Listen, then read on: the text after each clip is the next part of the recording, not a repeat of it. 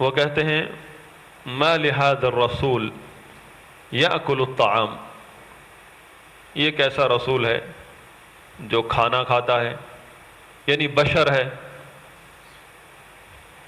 ویمشی فی الاسواق، بازاروں میں چلتا ہے، کہ اس کی بھی ضروریات ہیں ہماری طرح، خرید و فروخت کرنا پڑتی ہیں یہ بھی۔ مطلب جس طرح ہم دنیاوی زندگی میں چیزوں کے محتاج ہوتے ہیں ویسے ہی یہ ہے۔ یہ کیسا رسول ہے؟ ایسا رسول تو نہیں ہو سکتا۔ یہ ان کا اپنا ایک خیال ہے، انہوں نے اس کو بنیاد بنایا اعتراض کی، کہ جب کہ یہ باطل ہے، جب اللہ تعالیٰ کا جو طریقہ انتخاب ہے، اللہ تعالیٰ جسے چاہے منتخب کر لے، جسے چاہے اپنے نبوت کے لیے منتخب کر لے، اس میں کوئی اعتراض نہیں کر سکتا۔ اور سب سے پہلی چیز نبوت کے چیپٹر میں جو بنیادی چیز ہے، جو جس پر ایمان لانا ضروری ہے، کہ اللہ تعالیٰ نے نبوت کے مقام پر ہمیشہ بشر کو ہی فائز کیا ہے، اور جس بشر کو اللہ تعالیٰ نبی بنا دیتا ہے یا رسول کا درجہ دے دیتا ہے، تو اس کے برابر کوئی دنیا میں انسانوں میں کوئی اس کی برابری نہیں کر سکتا۔ اس کا مقام سب سے اوپر ہے، اور یہ مقام اللہ تعالیٰ خود چنتا ہے، کسی کے کوئی نیک عمل یا عبادت میں زیادہ محنت کر کے یہ مقام حاصل نہیں کیا جا سکتا۔ نبوت کے بعد ہے صدیقیت کا مقام، شہادت کا مقام، صالحین کا مقام۔ یہ جتنے بھی مقام ہیں، آدمی اپنے ایمان، تقوی اور عبادت، عمل صالح کی وجہ سے آدمی پاتا ہے۔ لیکن اس میں بھی ایک بنیادی چیز یاد رکھیے کہ ان صدیقیت، صالحین، شہادت، یہ جو اعلیٰ مقام ہے اہل ایمان کے، اس میں بھی جو مقام اللہ نے صحابہ کو عطا کیا ہے، اس مقام تک کوئی نہیں پہنچ سکتا، وہ سبقت لے جا چکے ہیں۔ اگرچہ یہ امتیوں کے مقام ہیں، لیکن صحابہ کی برابری قیامت تک آنے والے کوئی نیک لوگ، عالم ہو، ولی ہو، امام ہو، مجتہد ہو، کوئی نہیں کر سکتا۔ بلکہ صحابہ کرام کو امام بنا دیا ہے اللہ تعالیٰ نے۔ اگر کوئی شخص یہ درجہ حاصل کرنا چاہتا ہے، صدیقیت کا، نیک ہونا چاہتا ہے، صالحین میں شمار ہونا چاہتا ہے، یا شہادت کا مرتبہ پانا چاہتا ہے، تو اس کے لیے ضروری ہے کہ وہ صحابہ کرام کی اتباع کرے۔ اگر صحابہ کرام کے راستے سے ہٹ گیا، وہ قطعاً اس مقام تک نہیں پہنچ سکتا۔ اس کا انجام جہنم ہے، یہ اللہ تعالیٰ نے بتا دیا ہے، چاہے کتنے ہی اعمال کرتا رہے۔ نولیہ ما تولی ونصلی جہنم وساءت مصیرا۔ یہ چند اصولی باتیں ہیں جن کا علم ہونا بہت ضروری ہے، اور آج کل انہی باتوں سے پیدل پھرتے ہیں دیندار طبقہ، انہی اصولی علم سے بالکل پیدل ہے، بلکہ یہ ان چیزوں کو برداشت نہیں کرتا، الرجی ہوتی ہے جب ایسی عقیدے کی باتیں بتائی جاتی ہیں، کیونکہ وہ چاہتے ہیں اپنی مرضی کتنی کر لیں گے آپ۔ اللہ تعالیٰ نے جو اصول بتا دی ہیں، جو شریعت کے اصول ہیں، بنیادی عقائد ہیں، ان کو آپ بدل نہیں سکتے۔ آپ چاہے ان کو سیکھیں نہ سیکھیں، یہ آپ کا مسئلہ ہے، کامیابی آپ کے ہاتھ میں نہیں۔ اللہ تعالیٰ نے کامیابی کے اصول بتا دیے ہیں، پھر نہیں کہنا قیامت کے دن کہ ہمیں کامیابی نہیں ملی۔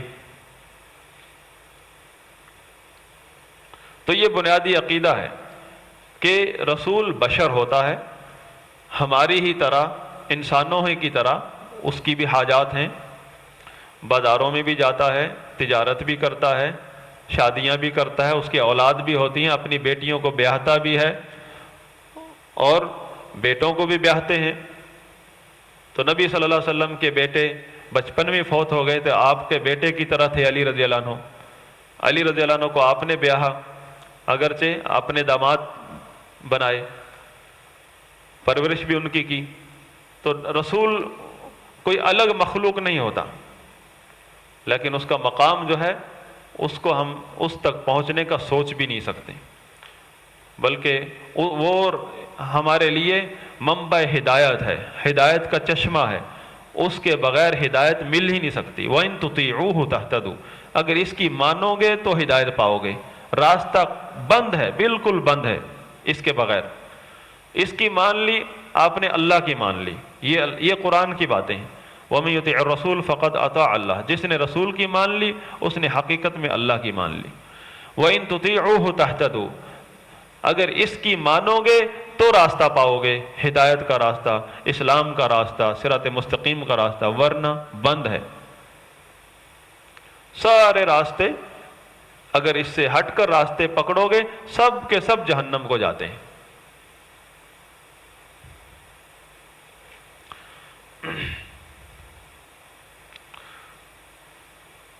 کہنے لگے ما لهذا الرسول يأكل الطعام ويمشي في الأسواق، یہ کیسا رسول ہے جو ہماری طرح کھاتا پیتا ہے اور بازاروں میں جاتا ہے۔ تو اللہ تعالیٰ نے فرمایا انظر کیف ضربوا لك الامثال، دیکھو کیسے تمہارے بارے میں یہ باتیں کرتے ہیں، شرطیں لگاتے ہیں کہ ایسا نہیں، ایسا ہونا چاہیے تھا، اس پر فرشتہ کیوں نہیں اترا، اس کے ساتھ ایک باغ کیوں نہیں ہے، ایک باغ ہونا چاہیے جس میں سے یہ کھائے، مال اس کے فقر و گھروں میں تو چولہا نہیں جلتا 3 مہینے، یہ کیسا رسول ہے، اس کے ساتھ تو مال و دولت ہونی چاہیے، اس کے ساتھ ایک فرشتہ ہونا چاہیے جو اس کے دشمنوں سے اس کو بچائے۔ یہ ہم نے بھی یہ سوچا، ہم نیک بن گئے ہیں تو ہمارے ساتھ کوئی فرشتے ہونے چاہیے، ہم یوں ہاتھ اٹھائیں اور ملک کو تباہ کر دے اللہ تعالیٰ ہماری بد دعا پر، ہماری بھی ہم اس طرح کی سوچ رکھتے ہیں۔ دیکھیں نبی کے ساتھ، نبی کی زندگی ان کے سامنے ہے تو ایسی باتیں کر رہے ہیں، کوئی جھوٹ نہیں بنا رہے، لیکن وہ باتیں ان کو ہضم نہیں ہو رہی، نبی کی جو حقیقت ہے وہ ان کو ہضم نہیں ہو رہی، کہ نبی صلی اللہ علیہ وسلم کے دشمن آپ کی باتیں نہیں مانتے، آپ کے ساتھ بد اخلاقی کرتے ہیں، بدتمیزی کرتے ہیں، اور نبی صلی اللہ علیہ وسلم کوئی سرداروں کی طرح روب بھی نہیں جماتے، کوئی ساتھ 10-12 کا طاقتور پہلوانوں کا جتھا لے کر نہیں چلتے کہ جو بس تھوڑا سا بدتمیزی کرے اس کو فوراً چت کر دیں۔ ان کا خیال یہ ہے کہ ایسا ہونا چاہیے، ان کا مشرکین کا خیال یہ ہے، یہ کیسا رسول ہے، سیدھا سادہ، بالکل ہر کوئی بات کرنے کی جرت رکھتا ہے ان سے، بادشاہوں کی طرح ہونا چاہیے۔ تو اللہ تعالیٰ نے فرمایا انظر کیف ضربوا لك الامثال، دیکھو یہ کیسے تمہارے بارے میں مثالیں گھڑ رہے ہیں، کیسے شرطیں لگا رہے ہیں، باتیں کر رہے ہیں۔ فضلوا فلا يستطيعون سبيلا، یہ گمراہ ہو چکے ہیں، اب ان کو راستہ نہیں مل سکتا۔ یعنی اس طرح کی شرطیں لگانے لگ جاتے ہو، کافی ہے کہ اللہ نے رسول بنا دیا ہے ایک شخص کو، تم میں سے ہی ہے، اس کی مان لو، اللہ کے لیے ماننی ہے۔ رسول کی ماننا، رسول سے محبت کرنا، رسول پر ایمان لانا، یہ اللہ پر ایمان لانے کا حصہ ہے۔ آپ نے پڑھا نہیں، اللہ پر ایمان لانے کے 6 ارکان ہیں، ان میں سے ایک رکن یہ کہ نبی رسولوں پر ایمان لانا، رسولوں پر ایمان لانا، کتابوں پر ایمان لانا، فرشتوں پر ایمان لانا، اور آخرت پر ایمان لانا، تقدیر پر ایمان لانا، یہ سب کے سب ایسے امور ہیں جو اللہ پر ایمان لانے کا حصہ ہے، رکن ہے۔ اگر ان چیزوں پہ ایک چیز پر بھی آپ کا ایمان نہیں ہے تو اللہ پر ایمان ختم ہو گیا۔ خالی اللہ کو ماننا کافی نہیں ہے، مشرکین، کفار، سب کے سب اللہ کو مانتے ہیں، ان کو یہ ایمان کافی کیوں نہیں ہوا؟ کیونکہ وہ ایمان کے ارکان پورے نہیں کر رہے، ایمان کے جو پورے سب کے سب ارکان ہیں وہ پورے نہیں کرے۔ اگر آپ ایمان کے تمام ارکان کو پورا کر لیں، ان پر ایمان لائیں، تو پھر اپنے استطاعت کے مطابق عمل کریں، تو یہ اسی ایمان کی بنیاد پر جنت ملے گی۔ چاہے ذرے کے برابر پھر بندے کا ایمان ہو، اللہ تعالیٰ اس کی بنا پر بھی اس کو جہنم سے نکال کے جنت داخل کر دے گا۔ تو یہ مشرکین کا بنیادی مسئلہ ہے، بنیادی آئیڈیالوجی ہے ان کی، کہ رسول کو بشر نہیں ہونا چاہیے، جب انہوں نے دیکھا کہ رسول بشر ہے، اپنی آنکھوں سے دیکھا، ماننے کے لیے تیار نہیں تھے، سب سے بڑا اعتراض بنا دیا، لوگوں کو متنفر کرنے کا ایک ذریعہ بنا دیا، لوگوں کو متنفر کرتے تھے، دیکھو بشر پر ایمان لاؤ گے، وَلَئِنْ أَطَعْتُمْ بَشَرًا مِثْلَكُمْ إِنَّكُمْ، اگر تم نے اپنے جیسے بشر کی بات مان لی تو تم تو گمراہ ہو گئے ہو، ایسے کہتے تھے، اپنی قوموں کو ایسے کہتے تھے، بشر کی نہیں ماننی، بشر رسول ہو نہیں سکتا۔ تو یہ آئیڈیالوجی کچھ گمراہ لوگ آج پھر الٹی کر کے لے کر آ رہے ہیں مسلمانوں کو گمراہ کرنے کے لیے۔ تو اللہ تعالیٰ نے جواب دیا 20 نمبر آیت میں، وَمَا أَرْسَلْنَا قَبْلَكَ مِنَ الْمُرْسَلِينَ إِلَّا إِنَّهُمْ لَيَأْكُلُونَ الطَّعَامَ وَيَمْشُونَ فِي الْأَسْوَاقِ، تم سے پہلے بھی جتنے نبی آئے ہیں سب کے سب کھانا کھاتے تھے، پانی پیتے تھے اور بازاروں میں چلتے پھرتے تھے۔ یہ جو اعتراض بنا رہے ہیں یہ تو سب نبیوں کے ساتھ ہے۔ وَجَعَلْنَا بَعْضَهُمْ لِبَعْضٍ فِتْنَةً أَتَصْبِرُونَ، تم لوگوں کو ایک دوسرے کے لیے اللہ نے آزمائش بنا دیا ہے، اب ڈٹے رہو، وہ کفر پہ ڈٹے رہیں، تم ایمان پر ڈٹے رہو۔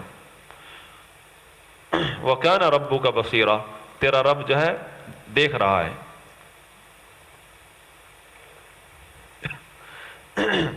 حدیث میں ہے مسند احمد کی اور مسلم شریف کی، مسلم شریف کی حدیث ہے، انی مبتلیک ومبتلن بک، میں آپ کو بھی مبتلا کروں گا آزمائش میں اور آپ کی وجہ سے لوگوں کو بھی مبتلا کروں گا۔ رسول اللہ صلی اللہ علیہ وسلم کو اللہ تعالیٰ نے مخاطب کیا، حدیث قدسی ہے یہ، صحیح مسلم کی حدیث ہے 2865 نمبر۔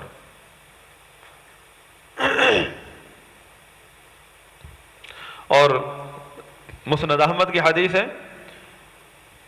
کہ رسول اللہ صلی اللہ علیہ وسلم کو اللہ تعالیٰ نے اختیار دیا ہے، یعنی آپشن دیا کہ آپ کوئی بھی کام قبول کر لیں، ان یکون نبیا ملکا او عبدا رسولا، دو میں سے ایک آپ اختیار کر لیں، آپ جو چاہیں گے میں آپ کو بنا دوں گا، یا تو اگر آپ چاہتے ہیں میں آپ کو نبی بادشاہ نبی بناؤں کہ آپ کے ساتھ جیسے سلیمان علیہ السلام، داؤد علیہ السلام بادشاہ تھے، نبی تھے، ان کی طرح بناؤں نبی، اگر آپ یہ پسند کرتے ہیں تو میں آپ کو بادشاہ بنا دیتا ہوں، نبی تو آپ ہیں، نبی بادشاہ، اور اگر آپ چاہتے ہیں میں آپ کو ایک عبدن رسولن کہ اس کا بندہ اور رسول بناؤں، ایک سادہ سا بندہ اور رسول بنا دوں تو یہ بھی بنا دوں گا۔ تو نبی صلی اللہ علیہ وسلم نے آخری چیز قبول کی کہ مجھے عبدن رسولن بنا دیں، اس لیے آج ہم اذان میں بھی کہتے ہیں اشہد ان محمدن عبدہ و رسولہ، اتحیات میں پڑھتے ہیں، کلمہ شہادت میں پڑھتے ہیں اشہد ان لا الہ الا اللہ و اشہد ان محمدن عبدہ و رسولہ، خطبہ حاجت میں پڑھتے ہیں۔ تو اگر اللہ کے نبی چاہتے بادشاہ بننا تو اللہ تعالیٰ بنا دیتا، اللہ تعالیٰ نے پیش کیا۔ تو بادشاہ بننا یہاں ہمارے ہاں ایک آئیڈیالوجی ایک اور ہے، اس دور کی گھٹیا ترین خارجیت کی آئیڈیالوجی، خارجیت کی آئیڈیالوجی تو پہلے بھی تھی، اس دور میں جو خارجیت کے ساتھ کچھ ایک خارجیت جو پہلے سے ایک گمراہ سوچ چلی آ رہی تھی، پلس فری میسن وغیرہ جیسی ایجنسیز کی ایجنٹی، ان کے مشن کا کام دو جمع ہو گئے تو پھر آج دور حاضر کی خارجیت نتیجہ نکلتی ہے۔ دور حاضر کی جو خارجیت ہے وہ خالی خارجیت نہیں ہے، خارجیت پلس جو ہے ایجنٹ، یعنی مشن، اسلام دشمن طاقتوں کا مشن مسلم امت کے خلاف وہ جمع کر دیں، خارجیت کے ساتھ اٹیچ کر دیں، پھر یہ نتیجہ نکلتا ہے داعش، اخوانیت، جس کا اخوانیت اور جتنی یہ تحریکیں چل رہی ہیں دینی جماعتیں، ان کے اس کی ذیلی یا اس سے متاثر یا اس سے افکار لے کر بڑی بڑی جماعتیں، ہمارا کوئی عالم نہیں بچا جو ان سے متاثر نہ ہو، شعوری طور پر لا شعوری طور پر۔ تو ایک ہے گمراہی، ضلالت، اس کی وضاحت کرنا یہ سب فرض ہے، لیکن کئی لوگ اس میں ملوث ہوتے ہیں غلطی سے، کئی لوگ عقیدے کی وجہ، اپنے عقیدے کی خرابی کی وجہ سے ان کا الگ الگ حکم ہوتا ہے۔ کئی لوگ غلطی سے، ایک صحیح العقیدہ آدمی ہوتا ہے غلطی کر بیٹھتا ہے اور متاثر ہو جاتا ہے، اس کو پتہ نہیں چلتا، یہ خطا ہے، اس کو بتایا جاتا ہے، لیکن پھر جب وہ دفاع پر اترتا ہے، بتانے کے بعد دفاع پر اترتا ہے اور اس کو اپنا مسلک سمجھ لے، پھر کہتے ہیں کہ یہ ہے خارجی۔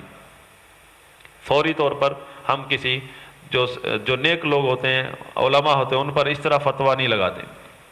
بہرحال یہ تو اس پر تو بہت کچھ اہل علم نے کتابیں لکھی ہوئی ہیں، حقیقت مقالے چھپے ہیں مدینہ یونیورسٹی سے، جامعہ ازہر سے، ان لوگوں کی حقیقت کے نام لکھ کر، نام لے کر، ان کا لٹریچر، مولانا مودودی کا لٹریچر کوئی کم نہیں ہے اس موضوع پر، یعنی جو خارجیت پھیلی ہے اس میں اس میں جو بیس ہے وہ مولانا مودودی کا لٹریچر ہے، اور اس لٹریچر کو مختلف تنظیمیں اپنے اپنے انداز میں پھیلا رہی ہیں۔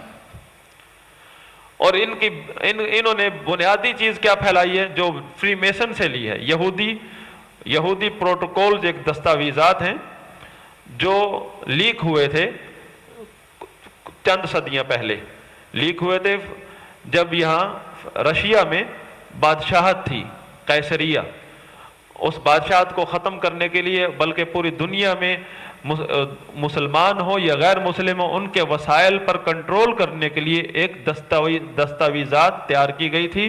پوری دنیا کے یہودیوں کے تھنک ٹینک اکٹھے ہوئے تھے، تقریباً 300 تھے یا 3000 تھے، یاد نہیں مجھے، اور اس میں سے چند دستاویزات لیک ہوئیں، چند، ساری نہیں، چند، اور اس کا سب سے پہلے ترجمہ کیا گیا رشین میں، اور جس نے بھی کیا وہ بھی قتل ہوا، اور جس نے لیک کیا تھا وہ بھی قتل ہوا، اور عربی میں ترجمہ ہوا اور انگلش میں ترجمہ ہوا، جس نے بھی ترجمے کیے سب قتل ہوئے، کوئی بچا نہیں۔ اور وہ دستاویزات جو اس وقت جامع شرح کے ساتھ ہیں، وہ ٹیونس کے ایک عالم نے کی ہے، اس کی شرح عربی کے اندر ہے، ہم نے اس کا کچھ حصہ تخصص میں ہمارے ہاں جامعہ بکر میں پڑھایا جاتا ہے، یہودیت عقائد جب ادیان پڑھائے جاتے ہیں اس میں ہم یہ پڑھایا جاتا ہے، مدینہ یونیورسٹی میں پڑھائے جاتے ہیں، یہ بڑی بڑی یونیورسٹیوں میں پڑھایا جاتا ہے۔ آپ لوگ یوں نہیں سمجھے کہ سوئے ہوئے ہیں، عیش میں لگے ہوئے ہیں، آپ سے زیادہ سارے امت ہیں، اللہ کے نبی کی امت جو ہے اس میں بڑے بڑے شخصیات موجود ہیں، جاگے ہوئے لوگ ہیں، پاکستان ہو، ہندوستان میں ہو، کہیں بھی ہو، عرب میں ہو، عجم میں ہو، سب جگہ ہر قسم کے لوگ ہیں۔ اور لیکن یہ یاد رکھنا، جو آنے والے حالات ہیں جن میں جنگوں کے ذکر ہے اور بہت ملحمہ ہونے، بڑی خون ریز جنگیں ہوں گی، ان میں قیادت عرب ہی کریں گے۔ اور یہ جو حدیث میں آتا ہے کہ عرب بہت قتل ہوں گے، اور اس کو یہ دجال قسم کے لوگ، اوریہ جیسے، یہ انہوں نے ایک آئیڈیا بنا لیا، انہوں نے لیا ہے، پیچھے سے لیا۔ عربوں میں ایک شخص ہے عمران حسین، نام سنا ہوگا، وہ اکثر ایسی فتنوں کے بارے میں لیکچر دیتا ہے، اصل وہ ہندوستانی ہے، اس کا باپ افریقہ میں چلا گیا تھا تو اس کے ساتھ وہ اب اس کی زبان انگلش ہے، اصل وہ انڈین ہے۔ اس نے بہت کچھ لوگوں کی انفارمیشن غلط کی ہے فتنوں کے بارے میں، اور اوریہ مقبول جان اس کی اپروچ کرتا ہے، اس کو پھیلاتا ہے کہ بہت بڑا ماہر، پوری امت میں سب سے بڑا ماہر ہے فتنوں کے حدیث کے بارے میں، یعنی علماء سے ہٹ کر ایک ماہر نکل آیا ہے جو سارے راز فاش کرتا ہے یہودیوں کے، اور اس کو قتل نہیں کیا جاتا، وہ بالکل پھر رہا ہے ہر میڈیا پر، الجزیرہ پر، سب جگہ پر، اس کی کتابیں بھی سب جگہ جا رہی ہیں، پھیلایا، اس کے انگلش میں اصل لٹریچر ہوتا ہے، اور یہ مقبول نے بہت زیادہ اس کی باتوں کو پھیلایا اپنے ٹاک شو کے ذریعے۔ اس طرح کے لوگ، ڈاکٹر اسرار، یہ سب لوگ اسی آئیڈیالوجی کا ایک حصہ ہیں۔ ان لوگوں نے اس آئیڈیالوجی کی چند بڑی بڑی موٹی باتیں ہیں کہ عرب لوگ ختم ہو جائیں گے، یہ سب کا ذہن بنایا جا رہا ہے، یہ اسی گینگ کا ایک حصہ ہے، اس گینگ کے پوائنٹس ہیں جو گینگ کام کر رہی ہے ان کے لیے۔ ملکوں کے اندر، اور ان کا بڑا مقام ہے ہمارے معاشروں میں ایسے لوگوں کا۔ پہلے جب سلطنت عثمانیہ ٹوٹی اس وقت بھی بڑے بڑے چوٹی کے علماء شمار کیے جاتے تھے، وہ ان کے لیے کام کر رہے تھے، جن میں جمال الدین افغانی، محمد عبدو، ہمارے ہاں ابھی تک ان کو ہیرو بنایا جاتا ہے۔ یہ بڑی بڑی شخصیات پیش بنائی گئی ہیں، ان کے لیے کام کرتے تھے۔ اب ان کے چھوٹے لوگ ہیں، یہ حشرات کی طرح ہیں، موجود ہیں، بہت ہر جگہ پر ہیں، اور یہ جتنے قرآن کے درس ہو رہے، اکیڈمیاں، یہ تنظیم اسلامی، جماعت اسلامی، یہ سب سیٹ اپ اسی آئیڈیالوجی کا حصہ ہے، اور سب کو آپ پائیں گے ایک سوچ پر، سب کا ایک ٹارگٹ ہے، آل سعود آل یہود۔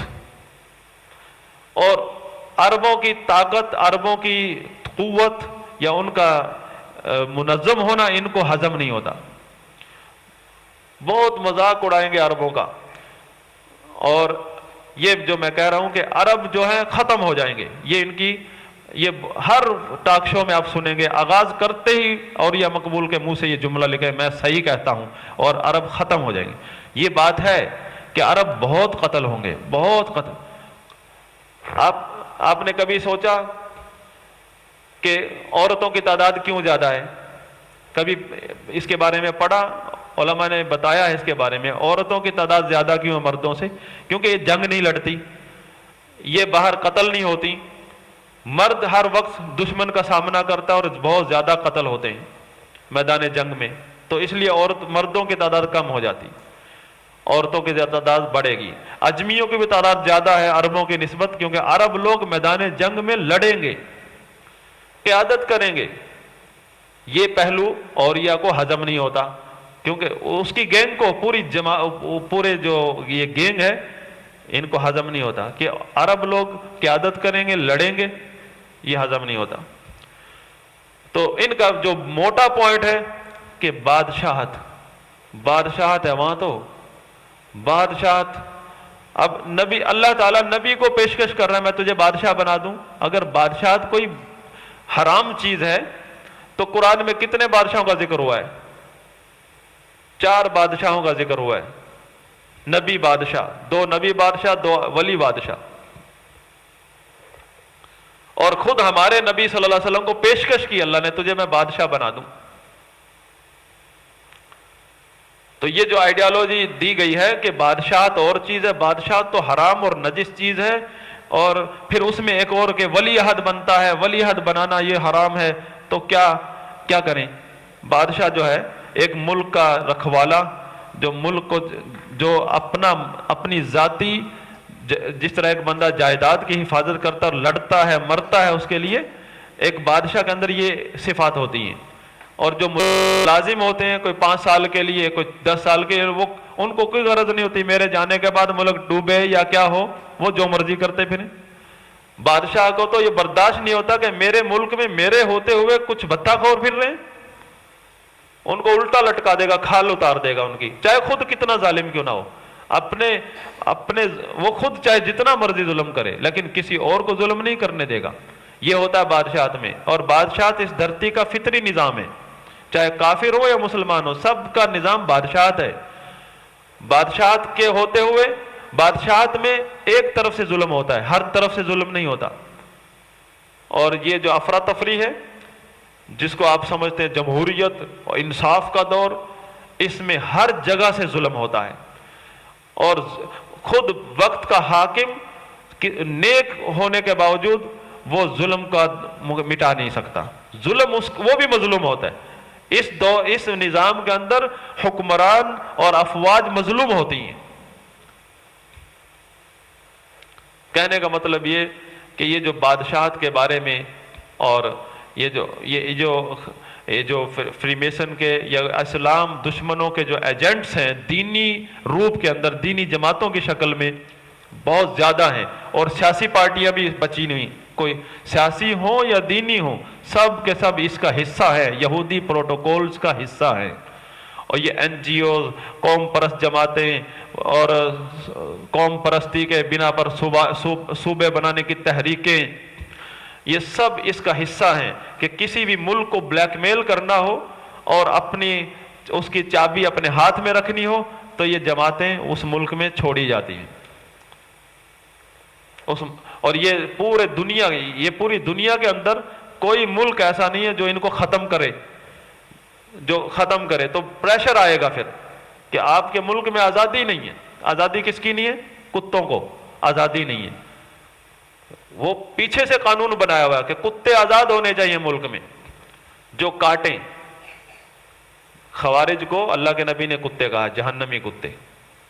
اس لیے میں بول رہا ہوں کہ اور یہ جتنے بھی کوئی دینی شکل میں ہے اور کوئی سیاسی شکل میں ہے خوارج کی بدترین شکلیں، خارجیت کی بدترین شکلیں. ملک جو ہے یہ ملک ایک خالی دنیاوی گھر نہیں ہے. ملک ایک قلعہ ہوتا ہے. مسلمانوں کا ملک اسلام کا قلعہ ہے. اس خطے میں اگر اسلام کو آپ سر بلند دیکھنا چاہتے ہیں تو جو اس خطے میں ریاستیں ہیں اسلامی ان کو مضبوط کر دیں. اور ان کا مضبوط ہونے کا بنیادی طریقہ یہ ہے کہ داخلی جو خلفشار ہے، انتشار ہے، یہ ختم کر دیں. یہ جو تنظیم میں اور حزب اختلاف میں تقسیم ملک، آدھا ملک، ایک پارٹی حکومت کی، ایک پارٹی حزب اختلاف کی، اور اس طرح گیم چلتی ہے، یہ سب کچھ ختم ہو جائے. صرف ڈنڈا پورے کا پورا ڈنڈا جو ہے وہ حکومت کے ہاتھ میں ہو. جس قدر اسلامی ریاست کی حکومت مضبوط ہوگی، ڈرتے ہیں کہ ان کے پاس اتنے اختیارات آ گئے تو پھر ہمیں تو آزادی نہیں ملے گی. ڈرتے ہیں، سب ڈنڈے سے ڈرتے ہیں کہ ان کو مزہ آ رہا ہے کہ ہمیں تو جب مرضی ہم بھونکنے لگ جائیں، جب مرضی ہم حکومت کے خلاف نکل کھڑے ہوں، جب مرضی ہم فوج کے خلاف نکل کھڑے ہوں. کوئی دلچسپی نہیں ہے ان لوگوں کو، ان پارٹیوں کو، نہ ملک کے دفاع میں نہ ملک کے نظام میں. صرف ان کو ایک مشن ملا ہوا، مزہ آ رہا ہے اور ملک کے حالات کو. اور یہ سب اسلام کی روشنی میں یہ سب جو ہے اسلام کا نقصان ہو رہا ہے.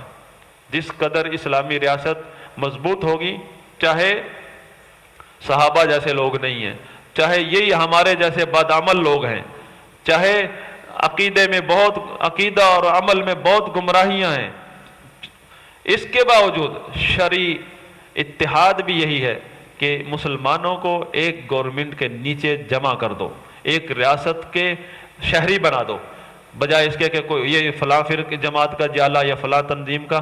سب کی سرگرمیاں منتشر، یہ سب کی سرگرمیاں اس نظام کے لیے ہونی چاہیے، اس سسٹم کے لیے. یہ تنظیم جو ہے مسلمانوں کی، وہ ریاست کا ایک جو سسٹم ہے وہ تنظیم ہے، نظم و ضبط. آپ کی سرگرمیاں جب ریاست کے سسٹم میں ہوں گی تو اس میں برکات ہوں گی، پوری امت کو پہنچے گا اس کا اثر. اگر آپ کی سرگرمیاں ایک قبیلے اور ایک تنظیم اور فرقے کے لیے ہیں تو چاہے کتنے ہی قابل اور نیک ہیں آپ کی سرگرمیوں میں کوئی برکت نہیں ہے، بلکہ ان کا الٹا نقصان ہوگا. یہ بادشاہت کے لفظ سے وہ ہم نکل گئے اس طرف جو اسلام دشمن ایجنسیوں کے ایجنٹس ہیں ہمارے معاشرے میں، علماء کی شکل میں، دینی جماعتوں کی شکل میں، سیاستدانوں کی شکل میں، ان کی طرف. اور اس کی طرف اگر آپ مزید اس میں مطالعہ کرنا چاہتے ہیں تو پہلے تو عربی سیکھ لیں. کیا مشکل ہے؟ انگلش سے زیادہ مشکل نہیں ہے، سب سے زیادہ آسان ہے اور بہت اس میں رہنمائی ہے. اب تو مدینہ کے علماء، مصر کے علماء جو جہاں یہ مسائل، جہاں ایسے سرگنا، جہاں جڑ ہیں ان لوگوں کی، وہاں کے علماء کھل کر بتا رہے ہیں اور ممبروں پر بتا رہے ہیں. ایسے عام خطیب نہیں، علماء، مستند علماء. اللہ سے دعا ہے کہ اللہ تعالی ہمیں علماء سے جڑنے کی توفیق عطا فرمائے. سبحانک اللہم و بحمدک اشہد ان لا الہ الا انت استغفرک و اتوب الیک.